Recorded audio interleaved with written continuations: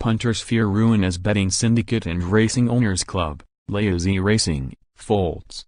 Thousands of horse racing fans fear they have lost their life savings following the sudden closure of a betting syndicate and racing owners club. Some members of Layezy Racing told Sportsmail on Friday night that they were staring at financial ruin. As Sportsmail reported last month, former Kent police officer Mike Stanley has been using millions of pounds paid into a betting syndicate to buy and fund 23 racehorses he now owns, apparently without members' knowledge. The story sparked panic among members, with many asking for money to be repaid to them. With more than 2,000 people believed to be members of the Layezy Racing betting syndicate, and more than 2,600 also in the owners' club, the total money invested is thought to be in the tens of millions. According to the private Layezy website, for which members have their own login, those who have invested over the past 6 years have enjoyed fantastic returns, the website informing them they have doubled and sometimes even trebled their original stake thanks to Mr. Stanley's system for placing bets. While the average investment seems to be around £15,000, some people have paid in hundreds of thousands by selling homes, borrowing money on credit cards and using their savings. But since Sportsmail's revelations, Mr. Stanley has not returned funds to some members within the 14-day rule he sets out, and he has now announced that the syndicate and owners club are closing, with financial experts employed to return investments.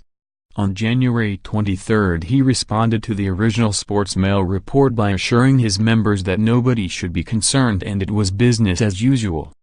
However, on the Layezy Facebook page, which lists more than 1,600 members, Mr. Stanley updated members on Friday afternoon.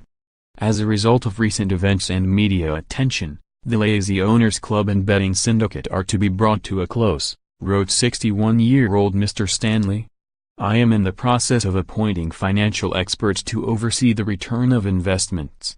A further update will be provided with contact details on Monday. Mr. Stanley had already contacted Drummond Ravley, a legal firm.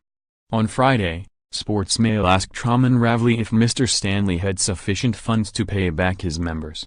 A response from the firm read, "We have no comment to make and further announcements will be made." Layezy has a business address in Chatham, Kent, while Mr. Stanley lives in Maidstone.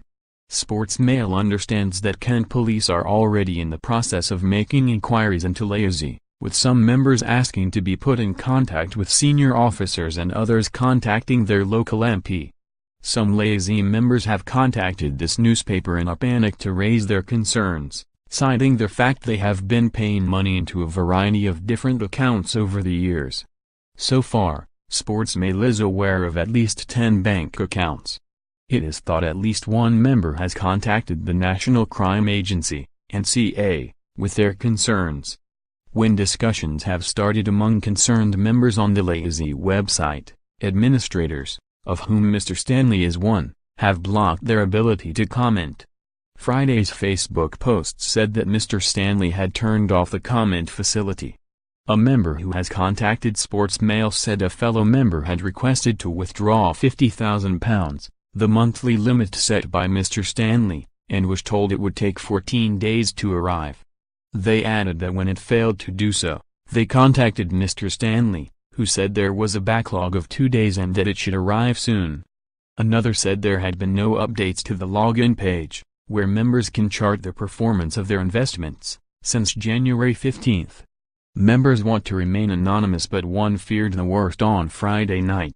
"This could ruin me, this is going to kill me," the member said. "I am going to have to leave the country. I just wouldn't be able to handle it, if I don't get all the money."